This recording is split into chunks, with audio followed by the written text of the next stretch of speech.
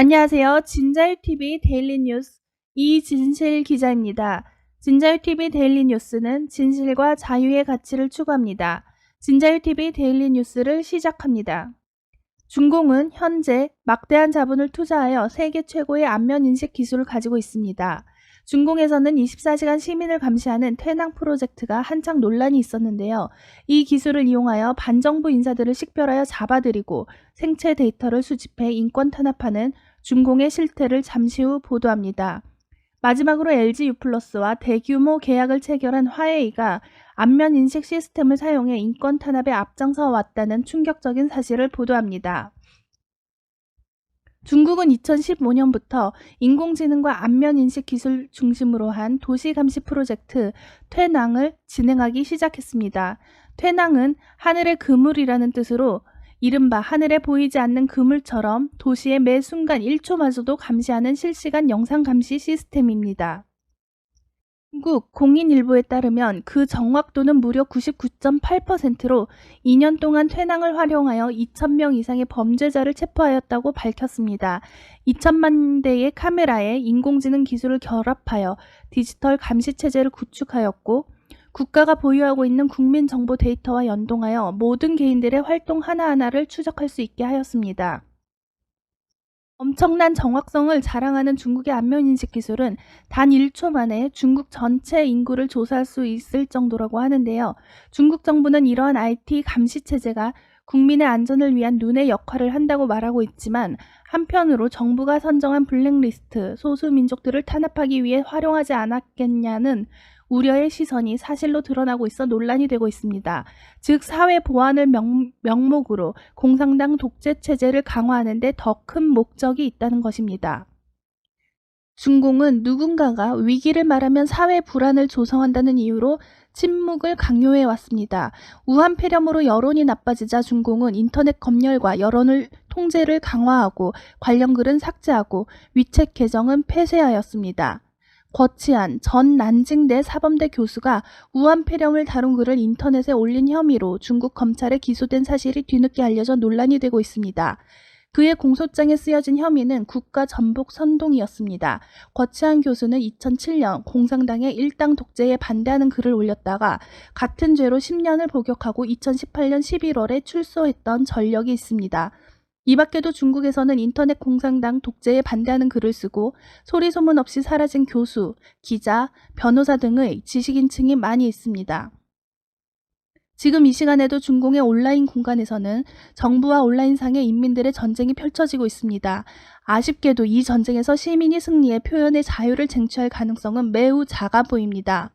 시진핑의 온 오프라인 통제 기술은 급진적으로 발전하는 반면 시민의 게릴라식 저항은 잠시 타오르다 꺼져버리는 불꽃놀이처럼 보일 뿐이니 참으로 안타깝습니다. 이렇게 개인의 인권이 존중되지 않는 중공은 막대한 자본을 투자하여 안면 기술 발전을 가속도가 서방의 경쟁 업체들을 압도하고 있습니다. 특히 중공은 안면인식 기술을 AI와 결합시켜 고도화하면서 사회 통제를 강화하고 있습니다. 중공은 이 기술과 장비를 권위주의 독재 국가에 수출하고 있어 미국이 예의주시하고 있습니다. 우한 폐렴을 계기로 중공은 더 합법적으로 대량 감시를 강화하기 시작했습니다. 중국 공산당은 이미 오래전부터 안면인식 기술과 AI 기술을 기반으로 광범위한 감시 국가를 건설해 왔는데요. 인공지능과 데이터 이용이 고도화되면서 중국 정부는 얼굴 인식 등 중국 인구를 추적하는 데 점점 더 효과적인 방법을 찾아내고 있습니다. 이제 중공에서는 새 핸드폰을 개통할 때 제출한 신분증과 본인이 실제로 일치하는지를 확인하기 위해서 본인의 얼굴 전체를 스캔하는 것이 의무가 되었습니다. 이에 대하여 한 대학생은 이 제도는 모든 사람을 좀 더 지속적이고 효율적으로 감시하기 위한 의도로 보인다고 말했습니다.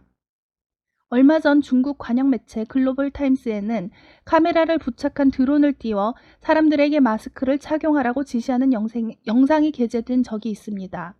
또 다른 중국 AI 업체 센스타임은 공공장소에서 마스크를 착용하지 않은 사람을 적발할 수 있는 알고리즘을 개발하여 상용화시켰습니다.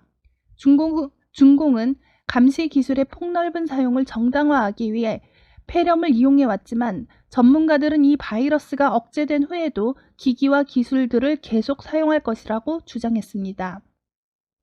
중공 글로벌 타임스는 한 해 25만 명이 자살로 숨지는 중국에서 인공지능 검색 기술로 자살을 예방하는 프로젝트가 가동돼 1년이 안 되는 기간에 320명의 목숨을 구했다고 보도했습니다.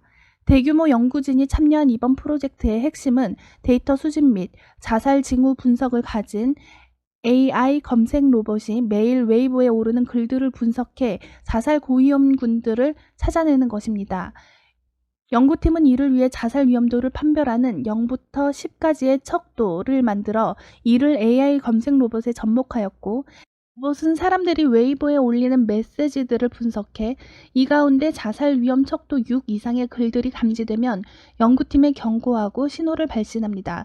그리고 연구팀은 AI 로봇이 찾아낸 자살 징후자와 접촉해 1차로 상담을 시도한 뒤 만약 상담이 실패하면 경찰에 신고하고 자살 방지 긴급 행동을 가동하게 됩니다. 그 결과 지난 3월까지 320명의 자살 위험자를 찾아내 구조할 수 있었다고 글로벌 타임스는 전했습니다. 신기술을 접목해 일상생활을 이롭게 하는 기사 같지만 중공 정부 정책에 강의 등을 들을 때에도 사람들의 표정을 분석하고 그들이 한 질문을 수집 분석해서 일찍부터 반공불순분자를 걸러내는 데 사용하기도 한다는 이야기도 있었습니다. 중국을 분열시키려는 시도가 있다면 몸이 부서지고 뼈가루로 산산조각을 낼 것이라고 말한 시진핑이라면 안면인식 기술 개발에 막대한 자금을 투자하는 이유가 무엇일지 뻔합니다. 휴먼 라이츠 워치의 마양황 선임연구원은 최근 그의 논문에서 시진핑은 안정유지를 가장 중요한 우선순위로 말하였지만 실질적으로는 강력한 사회통제를 위한 안면인식 기술이며 이를 이용하여 반체제 인사들을 감시하고 시위를 해산하고 인터넷을 검열하고 대량 감시 시스템을 개발하고 실행하기 위한 보안기관에 막대한 지원을 쏟아부은 것이다라고 말하였습니다. 그리고 우한 폐렴 발생이 중국의 대량 감시 시스템 발전의 촉매이자 촉진제 역할을 했다고 생각한다고 주장했습니다. 또 다른 사회학자는 이 시스템들이 일단 자리를 잡게 되면 시스템 개발에 관여하는 사람이나 회사들은 시스템 확장 또는 더 넓은 사용을 원한다라고 이야기하였습니다. 소위 임무 변경이라고 알려진 현상이 나타나게 될 것이라고 주장한 것입니다. 니켈 잉스터 국제전략문제연구소 선임고문도 중국 공산당이 이번 바이러스의 발병을 감시 확장하는 방법으로 삼을 것이라고 예상했으며 권력 유지에 초점을 맞춘 중공들은 모든 장치를 재검토하고 재조정해 더 큰 시스템 통합을 추구할 것이라고 진단했습니다. 한편 중공은 위구르족 100만 명을 구금하는데 생체 데이터를 수집해 사용하였다는 충격적인 사실이 보도되어 논란이 있었는데요. 언제라도 공산 정권에 맞설 위험을 내포한 소수민족 자치구역에 대한 안면인식 기술을 이용한 중국의 탄압 실태를 드러낸 것입니다. 24가지 수용소 운영 지침을 담은 문서에 따르면 수용소에서 지내는 위구르족 등은 외부 세계와 완전히 격리를 시켰습니다. 정문에는 경찰을 배치하고 감시자들은 수용소 곳곳에 설치된 CCTV로 수용자들을 24시간 내내 지켜봅니다. 수용소의 존재 자체를 비밀에 붙이기 위해 직원들조차 휴대폰을 반입할 수 없습니다. 위구르족 등에게는 중국어와 직업기술을 가르치고 준법의식을 높여 종교적 극단주의에 빠지는 것을 막기 위해 이 시설을 세웠다는 중국 정부의 주장과 달리 공개된 문서 곳곳에는 탈출 방지 등의 지침이 발견됐다고 합니다. 신장 자치구역은 대규모 데이터 수집을 통한 감시의 실상을 보여줍니다.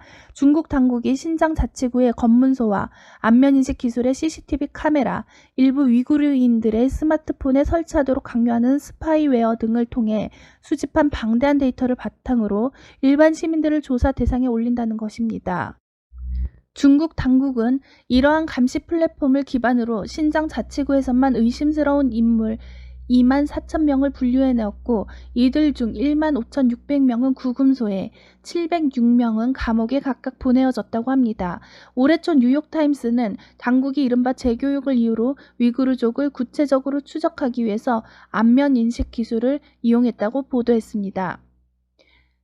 최근 중국 매체 글로벌 타임스에 따르면 중국 상하이의 한 초등학교에서는 AI와 얼굴 인식, 열 감지, 빅데이터 등의 기술을 활용한 스마트 교실 행동 분석 시스템을 구축하여 학생들의 학습 태도를 감시하겠다고 나서 논란이 일고 있습니다. 이 시스템을 통해 학교는 학생의 앉은 자세부터 인사하는 모습, 대답하기 위해 손을 들거나 자발적으로 쓰레기를 줍는 모습까지 수집해 평가에 활용할 수 있습니다. 심지어 학생들이 수업 중간에 하품하는 모습까지도 모두 잡아낼 수 있습니다. 이 소식이 전해진 뒤 웨이보를 중심으로 거센 비판이 쏟아졌습니다. 학생들의 자유와 사생활이 침해될 수 있으며 학생들의 인격 장애까지도 불러올 수 있다는 것입니다. 중국의 누리꾼들은 죄수들도 이렇게 감시하지 않는다. 아이들이 행복해야 할 유년 시절을 AI를 겁내면서 보내게 될 것이라는 등의 의견을 보이며 학교 측을 비난했습니다. 일각에서는 교실의 빅브라더가 될 것이라는 우려도 나왔습니다. 빅브라더라는 말을 들어보셨나요? 빅브라더는 조지 오웰의 소설 1984에 등장하는 절대 권력 통치자를 부르는 말입니다. 소설 속 빅브라더는 사회 곳곳에 설치된 여러 장비를 통해 대중을 24시간 감시합니다. 빅브라더라는 정부 시스템 아래 모든 사람들이 감시받고 통제된 삶을 살아갑니다. 이를 통해 개인의 행동은 물론 생각과 욕구까지도 통제합니다. 세뇌된 국민들은 모두 똑같이 입고 말하며 행동하며 오직 정부를 위해서 존재하게 됩니다. 소설이 나온 1949년 당시 빅브라더는 그야말로 공상과학 소설이나 영화에 나올 법한 비현실적인 존재였습니다. 그 당시만 해도 수많은 사람을 24시간 감시할 수 있었던 기술이 없었기 때문입니다. 그러나 오늘날은 다릅니다. AI는 물론 얼굴이나 지문, 음성 인식을 사용하는 생체 기술 등이 크게 발전하여 국가 안보와 국민 안전을 위한 영역은 물론 이젠 학생들이 공부하는 학교에까지 적용되기 시작했습니다. 이는 곧 언제 어디서든 빅브라더가 현실에 등장할 수 있는 사회가 됐다는 것을 의미하기도 합니다. 빅브라더와 함께 자주 쓰이는 말은 디스토피아입니다. 이상향을 뜻하는 유토피아의 반대어로 현대사회의 부정적인 측면이 극단화된 암울화된 미래상을 의미합니다. 기술의 발전은 분명 이전에는 없던 풍요와 편리를 인간에게 가져다 줬지만 그 풍요와 편리 뒤에는 어떤 위험이 있는지 꼼꼼히 살피고 대비해야 디스토피아를 피할 수 있을 것입니다. 중국의 통제는 이제 온라인 공간에만 국한되지 않습니다.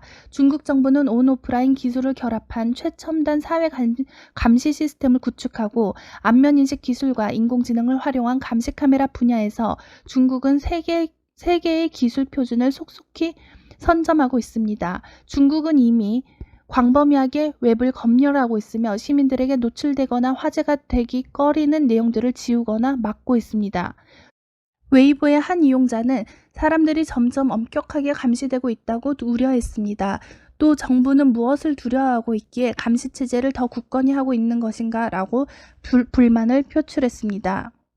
시진핑은 2018년 중국 정치국 집단학습 세미나에서 안면인식, 개인정보 수집에 기초한 빅데이터를 분석으로 인민 동향을 파악해 사회 통제 수단으로 활용할 수 있다고 언급했습니다. 범죄자를 추적해 사회 안정을 유지하는 것이 목표라고 하지만 반체제 인사를 식별하는 용도로 악용해 왔다는 의혹은 항상 제기되어 왔습니다.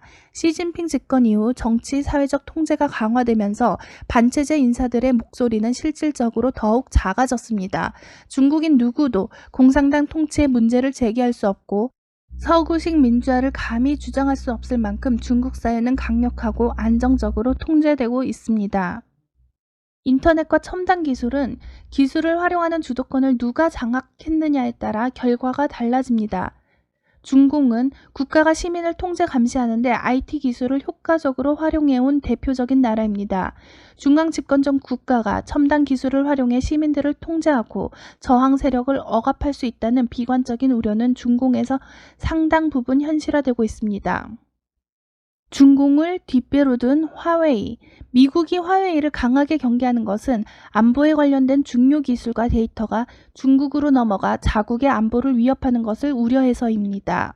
또한 화웨이는 중공 과 손을 잡고 안면인식 시스템을 활용해 자국민들의 인권 탄압에 적극 앞장서 왔다는 사실이 점차 드러나고 있습니다.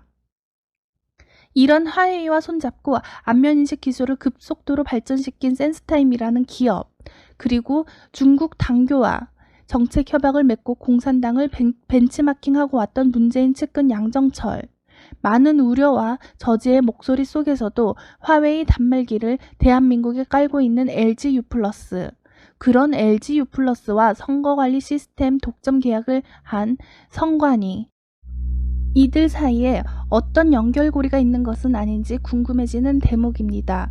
부디 공산당 정권에서 자행되는 이러한 우려들이 대한민국에서는 실제 상황이 되지 않기를, 우리는 안면인식 기술들이 국민들의 생활에 이롭게 사용되기를 예의주시해야 하겠습니다. 이상으로 진자유TV 데일리 뉴스를 마치겠습니다.